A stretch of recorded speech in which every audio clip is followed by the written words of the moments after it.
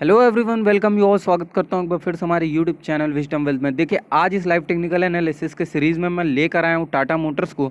और जैसा कि पिछले कुछ वीडियोस में हमने स्टॉक्स लिए थे, भारतीय Airtel, state bank of India, bank of Baroda, तो ऐसे ही इसी सीरीज़ में हम टाटा मोटर्स को आज लेकर आए हैं और बात करेंगे टाटा मोटर्स पे कि क्या आने वाले टाइम में एक अच्छी बाइंग अपॉर्चुनिटी हो सकती है या नहीं। देखिए, मैं इससे पहले वीडियो स्टार्ट करूँ, मैं एक बात छोटी सी रिक्वेस्ट करना चाहूँगा कि अगर अभी तक आपने हमारे चैनल को सब्सक्राइब नहीं किया तो प्लीज़ सब्सक्राइब करिए।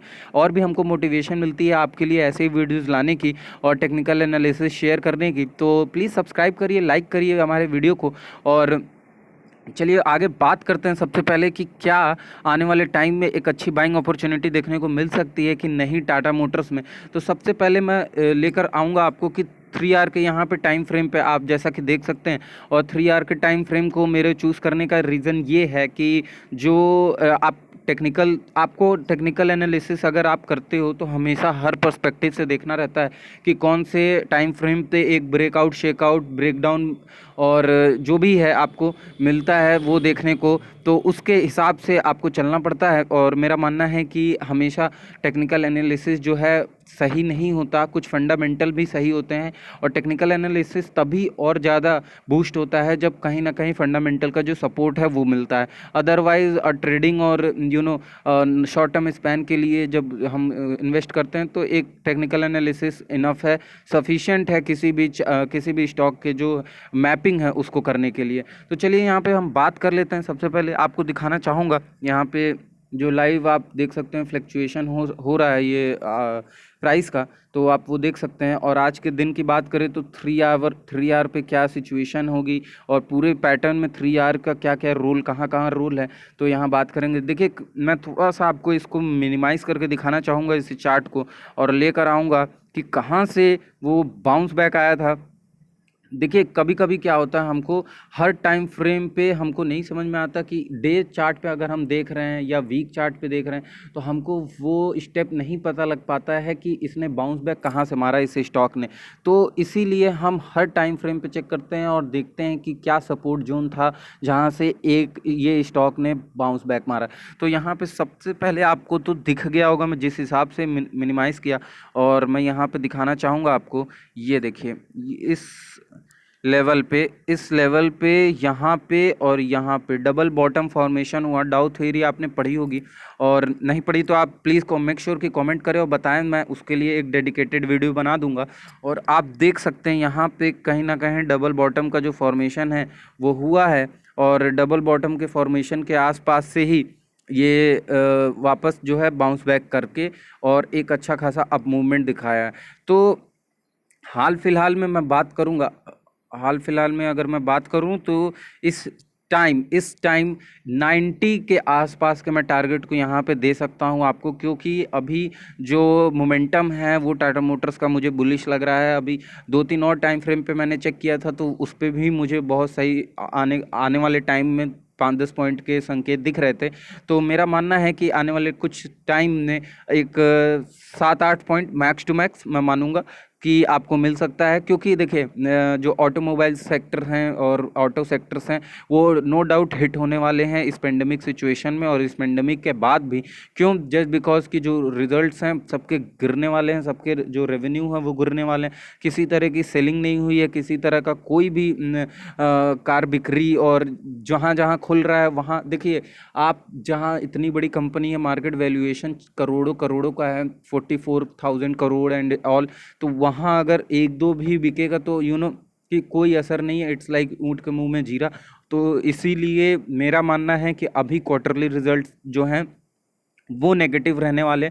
हालांकि टेक्निकल्स क्या बोलते हैं, मैं टेक्निकल्स पे बिलीव करता हूं, और टेक्निकल जो है वो फंडामेंटल के साथ जैसा कि मैंने बताया और ज़्यादा बूस्ट होते हैं। तो फंडामेंटल्स अगर वीक हैं और टेक्निकल अगर स्ट्रांग शो कर रहा है तो कुछ पॉइंट्स के लिए ध्यान रखिएगा, कुछ पॉइंट्स के लिए हम एंटर कर सकते हैं। ये नहीं कि हम इसमें बैठ जाएं लेकर पैक करके और उसके बाद से पता चला कि अरे आपने तो सजेस्ट किया था। तो ये नहीं मैं बोल रहा, हमेशा हमको कुछ पॉइंट्स के लिए देखना पड़ता है।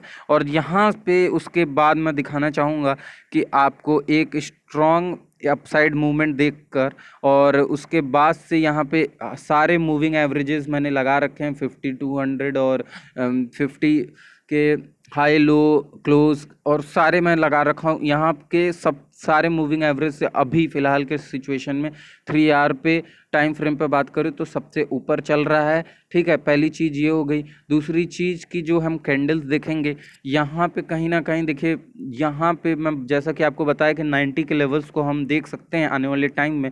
तो यहीं पे कहीं ना कहीं इस लेवल में इसको रेजिस्टेंस फेस करने को मिलेगा और यहाँ से एक बाउंस बैक वापस आ सकता है, क्योंकि ये जैसे डबल बॉटम होता है तो वैसे ही ट्रिपल टॉप भी होता है, आपने पढ़ा होगा। और ट्रिपल टॉप अगर जब बनता है तो मैक्सिमम सिचुएशन होती है कि ब्रेक डाउन ही हो वहाँ से और ब्रेकआउट ना हो। तो मेरा मानना है कि शॉर्ट टर्म पे अगर बात करें तो 90 के आसपास का जो है टारगेट हम ले सकते हैं और 90 के आसपास ही रेजिस्टेंस है। और अगर वहाँ से थोड़ा सा भी बाउंस बैक नहीं देता और सस्टेन कर जाता है तो यानी कि आप समझ लीजिएगा it will going to cross this resistance level. तो इस लेवल को अगर क्रॉस कर लेता है तो मेरा मानना है कि अच्छे खासे आने वाले टाइम में डिसेंट लेवल को देखने को मिल जाएगा। तो ये लेवल जो है वो सबसे ज़्यादा इम्पॉर्टेंट लेवल है और इसी लेवल के आसपास जो है 92 के 89 के आसपास ही आप मान के चल सकते हैं कि रेजिस्टेंस है और उसी को जो क्लियर फेस करेगा और अगर सस्टेन करता है तो निकल जाएगा ईजिली। तो मैं चाहूँगा कि आप इस पे अपने वॉच लिस्ट में डालें इस स्टॉक को और शॉर्ट टर्म स्पैन के लिए एक इन्वेस्टिंग बाइंग अपॉर्चुनिटी आप इसमें देख सकते हैं। तो इस वीडियो में फ़िलहाल इतना ही और जाने से पहले मैं एक छोटी सी बात बोलूँगा कि क्यों मैंने इसको ये आपने क्यों सोचा कि केवल इस रेजिस्टेंस को देख के मैंने पिक कर लिया। जी नहीं, एक जो हमेशा से मैं बोलते आया हूँ वेज और शॉर्ट टर्म का जो वेज क्रिएट होता है इधर इन डाउन ट्रेंड इधर इन अप ट्रेंड, वो आपको देखना पड़ेगा। और वो मेरे को दिख रहा है कि ये जो वेज है वो कुछ इस प्रकार का वेज है और इसी वेज में ये जो स्टॉक है ये अभी तक मूवमेंट दे रहा था और जो ये जो है 3 आवर के चार्ट पे अगर मैं बात करूं तो ये आज जो है कहीं ना कहीं ब्रेकआउट मिला है। तो देखिए यही देख रहे हैं कि सस्टेनेबल है कि नहीं है।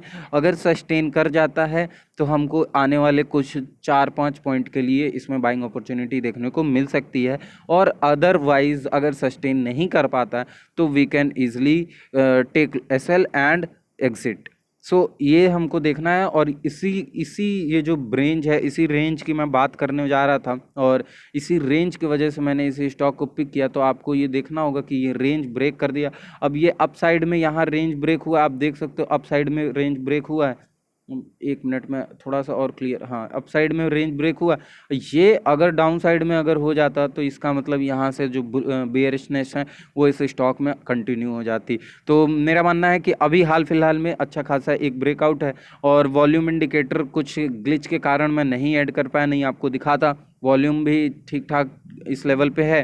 तो फिलहाल के लिए मैं बोलूँगा कि आप इसको अपने वॉच लिस्ट में डालें, अपने वो टेक्निकल एनालिसिस के हिसाब से इसको एक बार एनालाइज करें एंड देन इसमें एक बाइंग अपॉर्चुनिटी ढूंढने की कोशिश करें। धन्यवाद इस वीडियो में और मैं चाहूँगा कि आप प्लीज़ जाते जाते सब्सक्राइब जरूर करिएगा चैनल को ऐसे ही लेटेस्ट वीडियोज़ के लिए। धन्यवाद।